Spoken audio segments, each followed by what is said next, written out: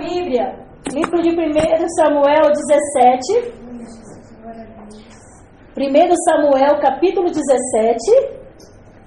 Aleluia. Irmãos, é muito bom adorar o Senhor. Nós precisamos fazer uma campanha de louvor, né? Só de adoração, com palavra. Cara, mas, sabe, só tem bastante adoração ao Senhor. Porque a adoração, ela quebra muitas cadeias, amém? 1 Samuel, capítulo 17, o versículo 9, a partir do versículo 9.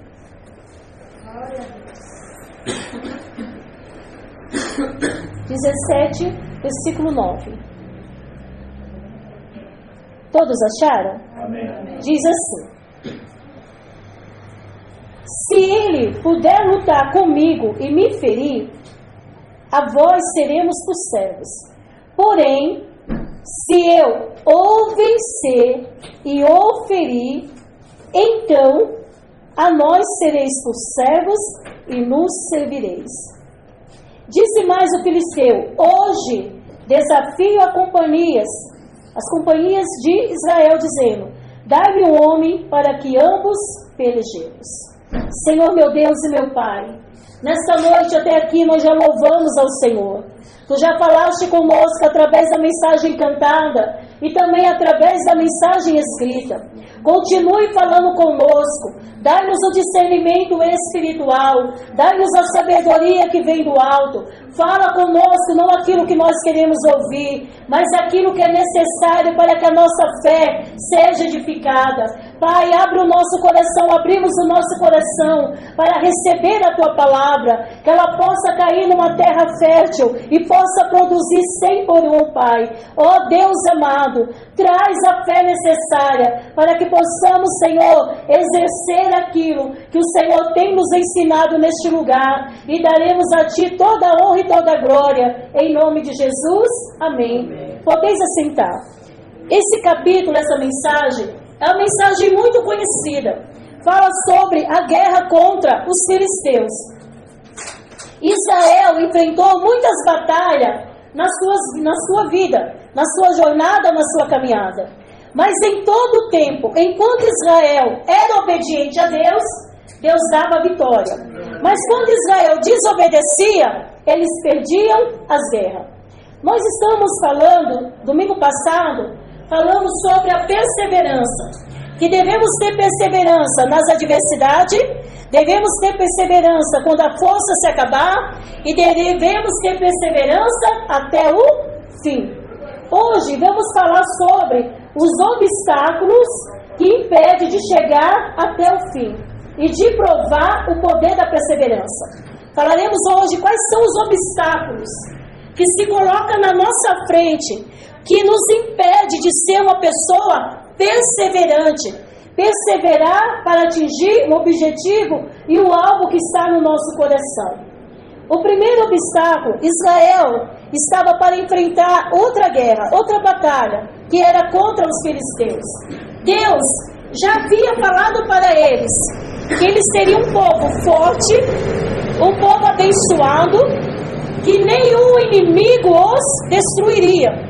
Por isso que é muito importante você, sempre guardar aquilo que Deus tem falado.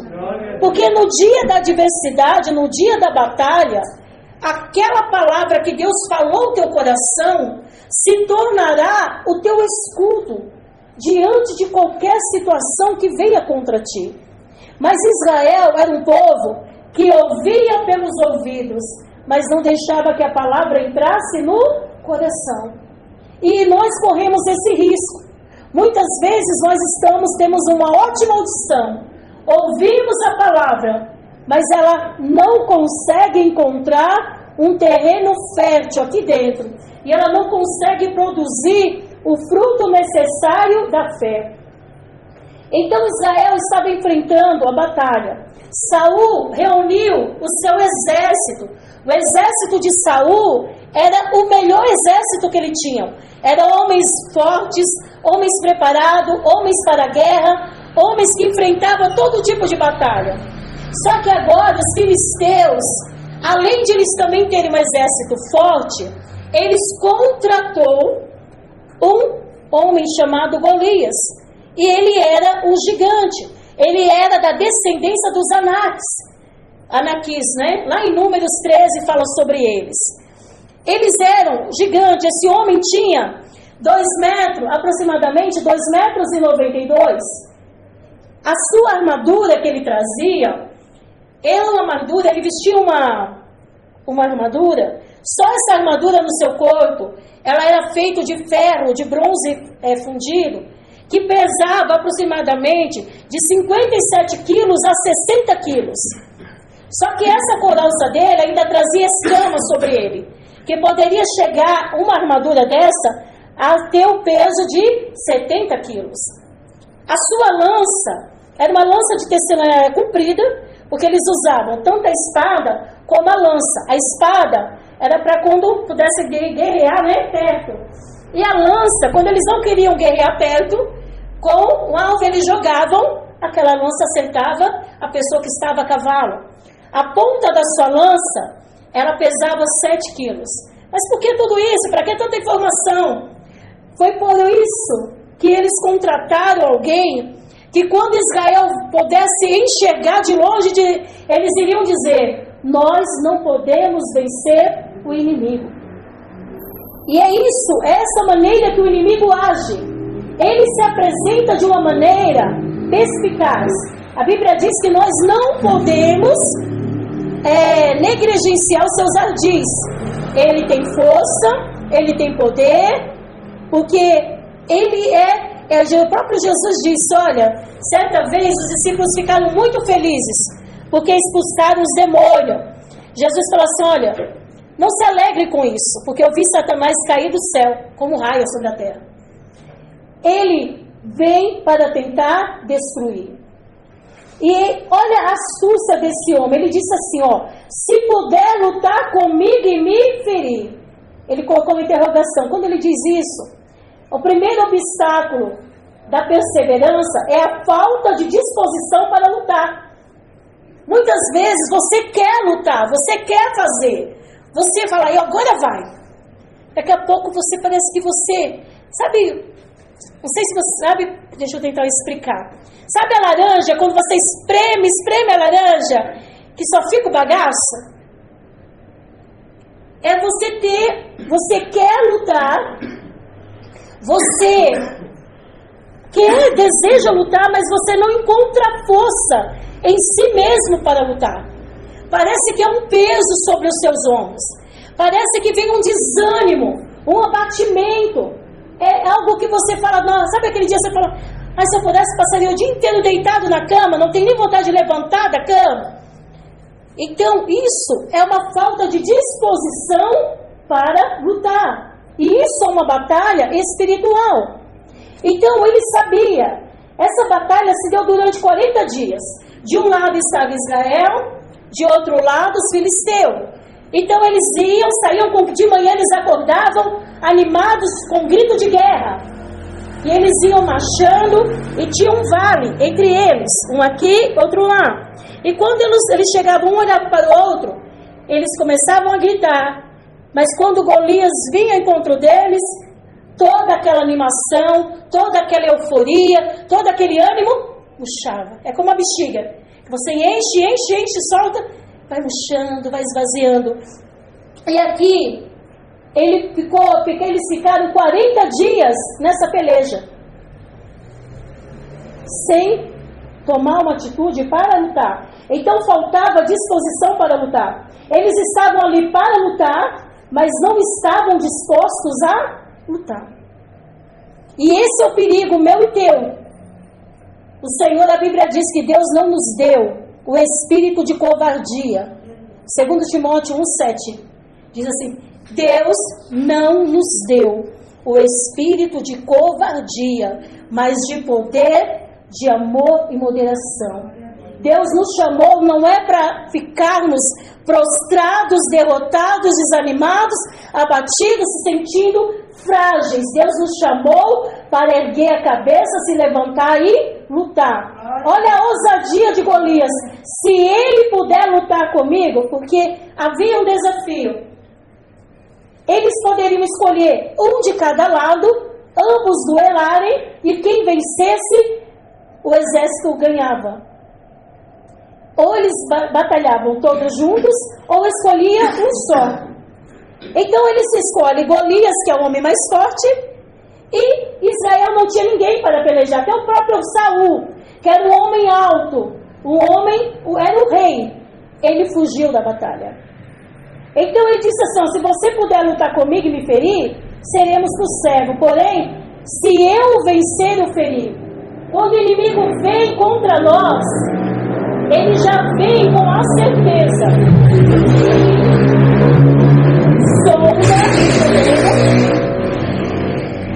Ele sonda, o terreno. Ele procura o momento que nós estamos fragilizados, abatidos. Ele nos conhece e ele começa a nos observar. O diabo é astuto e perspicaz. Ele não perde, ele não joga por jogar. Ele sabe a hora certa de lançar os seus dardos contra nós. Até porque, contra a tua vida, contra a nossa vida, a Bíblia diz que ele está ao nosso, os anjos do Senhor estão ao nosso redor, e ele está ao nosso derredor. Ele não pode chegar e te tocar. Então ele não pode perder os seus dardos. Então ele percebeu que Israel estava desanimado. Eles estavam emocionalmente, fisicamente esgotados, desanimados, abatidos. Então ele fala assim: olha, me dá um homem, só um, porque se eu o vencer, eles vão servir a nós. E como que a palavra de Deus diz, se nós queremos ter vitória, temos que estar dispostos a lutar até o fim, independente do adversário. Você pode estar enfrentando um Golias. O que você representa o Golias? Seja um problema na tua casa, um problema familiar, um problema no trabalho, alguma situação difícil que você olha e fala: meu Deus, essa batalha é invencível. Mas a palavra de Deus diz que a perseverança é que nos conduz ao caminho da vitória. O Senhor nos diz: esforça-te, levanta, ergue a cabeça. É necessário você se esforçar. É necessário a gente se levantar e erguer a nossa cabeça. Deus não nos criou para viver cabisbaixo, se sentindo derrotado. Pastor, mas você não sabe o que eu estou passando. Você também não sabe o que eu estou passando. Então, ninguém sabe o que cada um está passando, mas nós sabemos de uma coisa: que aquele que está conosco é muito maior do que qualquer adversidade. E Ele nos manda nesta noite que eu e você se levante, esforça-te e levante a sua cabeça. Deus não nos deixou, nos chamou para viver derrotado diante de qualquer situação. Deuteronômio 31:6 diz assim: sedes fortes e corajosos, não temais, nem atemorize diante dele, porque o Senhor vosso Deus é quem vai convosco, não vos deixará e não vos desamparará. Ele está dizendo: se você se esforçar, se você se levantar, se você se posicionar diante de mim, eu te faço uma promessa. E qual é essa promessa? Eu estarei contigo ao teu lado e te ajudarei você a vencer. Pegarei na sua mão e caminharei contigo. Tem coisas que dependem de nós, igreja. Muitas vezes nós queremos que Deus faça tudo e nós queremos ficar sentados. Oh Deus, faz por mim, Senhor. Não, Ele fala: faz a tua parte. A nossa parte é estarmos aqui louvando, adorando, servindo o Senhor, orando, buscando o Senhor. O que depende de mim e você, nós temos que fazer. Deus não vai fazer aquilo que é para nós fazer. Aleluia. Ele disse assim: levanta-te. Isaías 60, versículo 1 diz assim: levanta-te, resplandece, porque já vem a tua luz, e a glória do Senhor vai nascendo sobre ti. Glória. Você nunca vai dizer: o Senhor passando a mão na cabeça. Josué estava no momento mais deprimido da sua vida. O Senhor olha para ele e fala: levanta. Elias entra numa caverna porque estava desanimado, abatido. Deus fala para ele: fica aí, filhinho, Eu conheço, não. Deus fala, o que você está fazendo aí, Elias? Sai da caverna. Então Deus não vai passar a mão na minha cabeça e na tua, dizendo, fica aí mesmo, eu te entendo, eu te compreendo. Não, o Senhor sempre vai falar para mim e você, levanta e anda, ergue a tua cabeça. Você pode vencer qualquer tipo de batalha. Então cabe a mim e você. Em segundo lugar, nós temos que vencer o segundo obstáculo, é o medo. Existe o medo bom e o medo ruim. Qual é o medo bom? Ninguém vai passar no sinal verde, né? Atravessar. Ah, Deus está comigo, vamos lá. Não, aí é negligência. Então, existe medo. Eu tenho pavor. Eu preciso ser liberta disso. Irmãos, é cachorro. Quer ver um cachorro na minha frente? Ó, quando eu não suporto cachorro, irmãos. É cachorro e gato, irmãos. Olha, eu já passo de longe. Se eu estiver descendo aqui, então é o medo, mas é um medo que precisa ser liberto, né? Mas assim, eu também não vou fazer olhidinho, não. Quero nem saber, irmãos. Então existe medo, que é bom. Vai enfrentar um pitbull, hein? Misericórdia, né? Nem os pequenos não enfrentam, então, né? Voltando aqui. Existe medo, que é normal. Mas existe aquele medo que nos paralisa. Nos deixa paralisado na fé. Nos deixa paralisado e nós não conseguimos avançar na nossa vida, nos propósitos que Deus tem para a nossa vida. No versículo 11, ouvindo então Saul e todo Israel que estava os filisteus, espantaram-se e temeram muito. Eles esqueceram do que Deus havia falado. Quando Golias disse, dá um homem, se eu vencer, vocês me servirão. Quando eles ouviram aquelas palavras, irmãos, eles temeram muito. O medo entrou no coração deles. Eles esqueceram que eram guerreiros. Eles esqueceram que no capítulo 15, eles haviam destruído os amalequitas, que era muito maior do que os filisteus. Quando o medo entra no nosso coração, nós esquecemos tudo que Deus já fez. Então, brinda teu coração. Se revista da armadura de Deus. Glória a Deus. Fala, Deus, quando o medo vier bater na porta do teu coração, diga para ele, aqui não tem morada para você. Aleluia. Porque o meu Deus é maior do que tudo. Eu não temerei mal algum, porque Deus está comigo. Nós temos que declarar e confessar a palavra que Deus já falou para nós. Então nós não podemos nos acovardar diante dos gigantes da vida. O que assustou aquele soldado? Primeiro, o tamanho do inimigo. Mas o que Deus diz? Eles olharam para Golias. Esqueceram de olhar para o que Deus diz.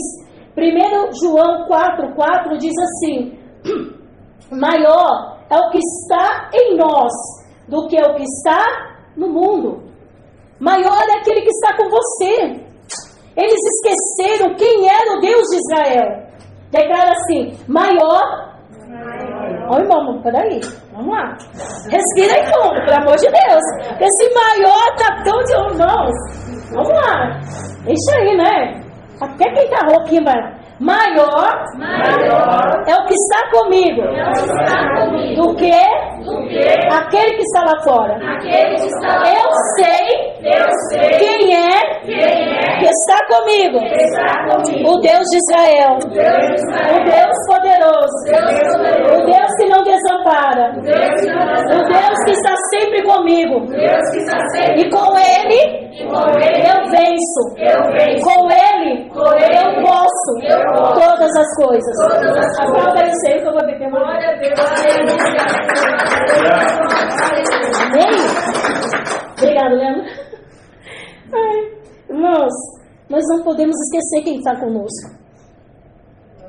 Eles olharam para Golias, esqueceram de olhar para o Deus de Israel, que abriu o mar vermelho para eles, que destruiu quantos inimigos. Quando o medo vinha à tua porta e mostrar que aquela situação está sendo maior, diga para ele, eu sei quem está comigo. Eu sei quem está no controle da minha vida. E eu sei que essa batalha eu vou vencer mais essa. Não existe impossível para Deus. Romanos 8,31, todo mundo já conhece. Se Deus é por nós, se Deus é por nós, quem será contra você? Alguém pode abrir aí Salmo 27, ler o versículo do 1 ao 3, por favor? Se Deus é por nós, ninguém poderá. Salmo 27, versículo 1 ao 3, por favor. O Senhor é a minha luz, é a minha salvação. De quem terei medo? O Senhor é a fortaleza da minha vida. A quem temerei? Quando malfeitores me sobrevêm para me destruir, meus opressores e inimigos, eles é quem tropeçam e caem. Ainda que um exército se acampe contra mim, não se atemorizará o meu coração, e se estourará contra mim a guerra, ainda assim terei confiança. Vendo? Quem escreveu o Salmo? Davi, porque ele viu o grande livramento de Deus. Por isso que é importante, irmãos, eu vou bater sempre, enquanto eu estiver aqui, vocês vão cansar de me ouvir falar isso sempre. Decore versículos, memorize versículo. Ainda que você tenha que andar com colinha assim, ó. Mas confesse a palavra. A palavra, ela é o respaldo. Não existe as leis que nos respaldam. Quando nós sabemos quais são a lei do consumidor, ela te dá um respaldo. Nós temos a Bíblia, que nós podemos orar a palavra de Deus, que é a que nos fortalece. Isaías 54, 17, abre aí. E quem achar, leia. Então, como nós podemos vencer o medo? O obstáculo é o medo, mas o Senhor está nos dizendo que Ele está conosco. Isaías 54, 17. Toda ferramenta preparada contra ti não prosperará, e toda língua que se levantar contra ti em juízo, tu a condenarás. Esta é a herança dos servos do Senhor, e a sua justiça que de mim procede, diz o Senhor. Aleluia! Irmãos, toda arma, toda ferramenta, pode preparar o que quiser contra a tua vida. Mas estão fazendo, eu descobri que estão fazendo alguma coisa para mim. Não, a pessoa só vai gastar. Pode fazer o que fizer, mas se você tiver aliança com Deus, também tem uma coisa. Temos que estar em aliança com Deus, em obediência com Deus, andando com Deus. Né? Andando, como nós estamos com Deus, unido com Deus, em aliança com Deus, como diz aqui, toda ferramenta preparada contra ti não vai prosperar. Mas estão falando mal de mim. Deixa eu falar. O nosso juiz é um juiz justo. E na hora certa ele mostrará a verdade. Mas estão me caluniando, difamando, falando mal. Ai, meu coração ficou até entristecido. Não. Relaxa, desculpa a expressão. Relaxa. Deixe falar o que quiser. Porque o teu advogado é Deus. A tua justiça é Deus. E é Ele que na hora certa mostrará a verdade. A Bíblia diz que confundidos, envergonhados ficarão os nossos inimigos, adversários. Lembra de Daniel? Conspiraram contra ele. Quem caiu na cova? Aqueles que conspiraram. Lembra de... Ai meu Deus, qual que é o nome lá? O tio da Esther? Fizeram lá uma forca para ele. Armaram lá. A mãe, ó, obrigada. Né? Fez a forca, preparou tudo limpinho. Quem foi enforcado na forca? Ele precisou fazer alguma coisa? Nada. Então, irmãos, as pessoas podem preparar e fazer o que quiser contra a tua vida. Mas se você estiver com Deus, irmãos, Deus vai te justificar, Deus vai te honrar, Deus vai glorificar o nome dele sobre a tua vida. E é por isso que nós precisamos vencer e romper os obstáculos. O terceiro obstáculo, algo que isso acontece geralmente conosco: falta de confiança em si mesmo. Aí talvez você vai falar: ah, pastora, mas a Bíblia diz que isso é orgulho. É diferente orgulho, irmãos. Orgulho é altivez, é nariz empinado, é soberba. Golias, ele confiava nele. Golias sabia que ele era invencível. E Davi também estava no mesmo patamar. Então, o terceiro obstáculo é falta de confiança em si mesmo. No versículo 8, que nós lemos lá, ele diz: se você puder lutar comigo. Ele sabia que iria vencer. E durante 40 dias eles ouviram. O problema não era o tamanho do adversário, mas sim a falta de confiança própria. Eles não eram soldados? Às vezes você está se sentindo, sabe como? Incapaz de realizar tarefas.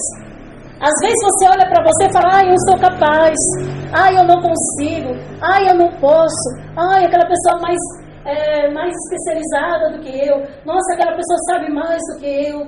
Meu Deus, você vai se sentindo pequeno, incapaz. Eu não sei se eu estou conseguindo me expressar para vocês. Irmãos, não se sinta incapaz, não se sinta pequeno. Mas é porque eu nunca tive oportunidade na minha vida. Irmãos, você pode todas as coisas. Você é capaz. Você tem a inteligência, porque em Deuteronômio 4 diz assim: que povo é este? Que nação é esta? Eles diziam com o povo de Israel. Quem era Israel? Escravos. Mas todas as nações diziam: que povo é esse? Depois você medita como lição de casa. Deuteronômio 4, Deuteronômio 6. Eles diziam: que povo é esse? Que inteligência é essa? Que povo sábio é este? Que tem um Deus tão grande, tão forte e poderoso com eles. A sua capacidade vem de Deus. Porque a Bíblia diz que tudo que nós precisamos vem do Pai das luzes, que vem de Deus. É Deus que te capacita. É Deus que te ensina, é Deus que te instrui, é Deus que te orienta. E é por isso que você tem que pedir: Deus, me capacita, me dá inteligência no teu trabalho. Fala: Deus, me dá habilidade nas minhas mãos, unja minhas mãos. No teu trabalho, fala: Deus, põe um diferencial na minha vida, que todos vejam o meu trabalho como fala: nossa, mas esse trabalho está excelente. Ore, você é capaz, você pode. Não permita que o inimigo olhe para você e diga assim: você nunca vai crescer, nunca vai ser ninguém, você sempre vai viver assim. Não, isso é mentira de Satanás. Deus não nos chamou para viver assim. Sabe por que Israel ficou 40 dias naquela peleja, temendo, com medo? Porque lá em Números 13, 33, sabe o que eles dizem? Eles diziam assim: nós somos gafanhoto diante dele. Nós seremos o pão dele. Eles se viam como gafanhoto. Vimos ali gigante, éramos aos seus olhos como gafanhoto, irmãos. Em Números 13, 33, Deus mandou que eles fossem espiar a terra. 40 dias eles ficaram ali. Como que eles tiraram essa noção? Nós parecíamos gafanhoto diante deles. Nós seremos o pão deles. Se eles só viram o gigante nem viram eles, que Deus ocultou, irmãos. Porque é uma questão de personalidade. É uma questão que precisa ser curada aqui dentro. Às vezes você fala: todo mundo acha que eu não sou ninguém. É você que se desvaloriza. É você que se sente incapaz. É você que se sente, que não se sente importante. Eles diziam que eles eram como gafanhoto, mas os gigantes nem tinham visto eles, irmãos. Ninguém falou nada para eles. Eles que se sentiam assim. Tem pessoas que precisam ser curadas na alma. E se você passa por algum sentimento desse, fala: Deus, cura minha alma. Porque o Senhor não me criou para me sentir por baixo. Ninguém não. O Senhor me chamou, eu sou filho do Deus vivo. Amém? Então, Davi, olha a diferença, irmãos, quando você entende a sua identidade. Quem é você em Cristo? Ele se sentia como ninguém, como gafanhotos. Mas olha o que diz em Provérbios: confie em Deus sempre, mas também acredite em você. Você tem que, claro, Deus estará sempre acima de tudo, mas acredite que você é capaz, que você pode, que Deus dotou você de uma sabedoria e uma inteligência que tem pessoas que não têm, porque a inteligência que o mundo tem é uma sabedoria natural, mas a inteligência que Deus te deu veio do alto, veio daquele que criou todas as coisas. A Bíblia diz no livro de Joel 3:10: diga ao fraco, eu sou forte.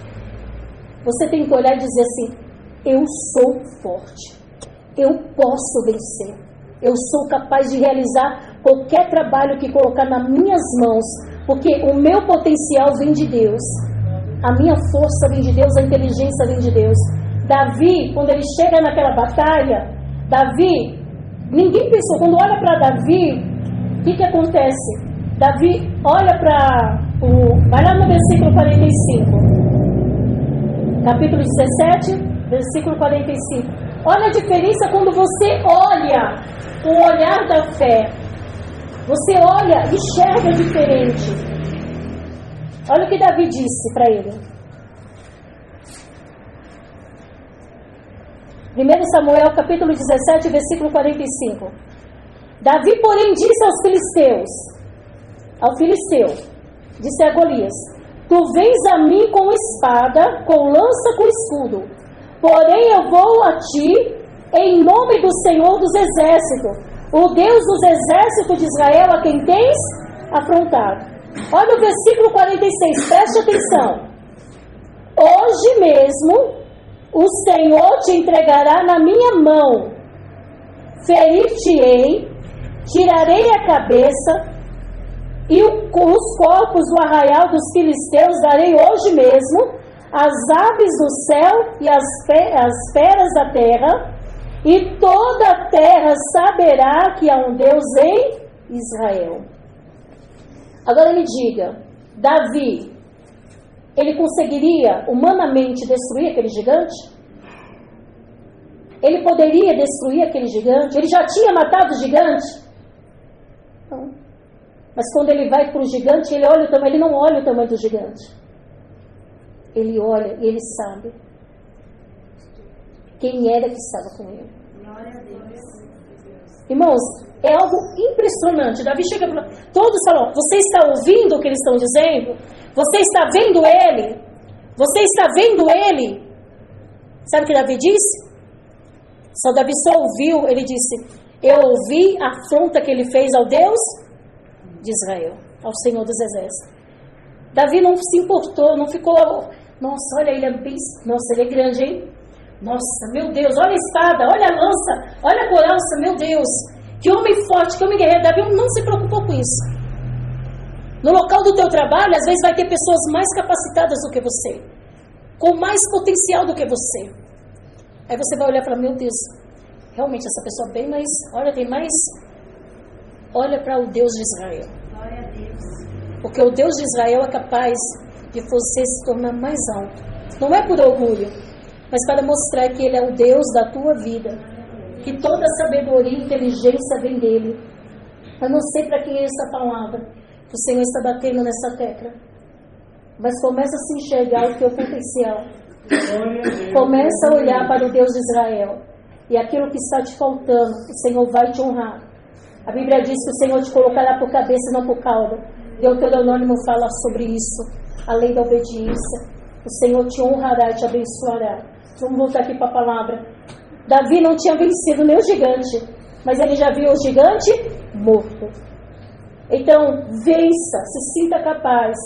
Em 2 Samuel, nós não vamos ler porque o horário já passou. 2 Samuel, capítulo 23, versículo 8 e 9. Havia 2 valentes de Davi. Quer abrir lá? Só um pouquinho? Está bem pertinho. 2 Samuel 23.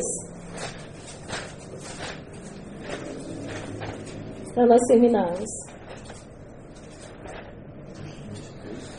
Capítulo 23, versículo 9.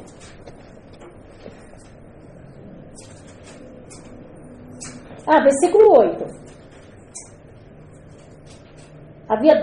Davi tinha 37 valentes de Davi. Mas olha o que esses dois fizeram. Esses são os nomes dos valentes que Davi teve. Versículo 8. Josebe, Bazebete, filho de Taquemoni, os nomes abençoados. Filho de Taquemoni, o principal dos capitões. Este era Adino, Ezenita, que eu pusera 800 e feriu de uma vez. Irmãos, esse homem numa batalha, só ele, num dia só, de uma só vez, 800 homens. Da onde veio essa capacidade? Da onde veio essa força? Aí o versículo 9. Alguém pode ler aí? E depois... O 9. Depois de Eleazar, filho de Dodô, filho de Aui, entre os 3 valentes que estavam com Davi, quando provocaram os filisteus, que ali se ajuntaram a peleja, e quando se retiraram os jovens de Israel. O 10. E este se levantou e fez até encontrar a mão acertar na espada. Naquele dia o Senhor governador do livramento, o povo voltou atrás dele, somente a tomar destruir. Irmãos, esse Eliezer, ele feriu, ele lutou numa batalha, a tal ponto, irmãos, porque todos fugiram, ele falou, não vou fugir. Deus não me chamou para fugir. A ponto de ele lutar, a espada ficou grudada na mão dele. Imagina, uma espada ficar presa. Tamanha foi a batalha que ele enfrentou, e a Bíblia diz que pela perseverança dele, porque aquele homem não desistiu, o Senhor trouxe um grande livramento e trouxe também o despojo. Deus, Ele é com aquele que luta. Deus é com todos. Pastor, mas a Bíblia diz que Deus é com todos. Mas Deus abençoa e dá vitória para aqueles que lutam. Então a palavra de hoje para nós é: levanta-se, lute pela sua vitória. Porque se você se levantar e lutar pela sua vitória, você vai subir neste altar e contar: Deus me deu a vitória. Então, irmãos, seja perseverante. Persevera na presença do Senhor. Vamos orar? Vamos falar com Deus? Essa palavra de Deus ao teu coração.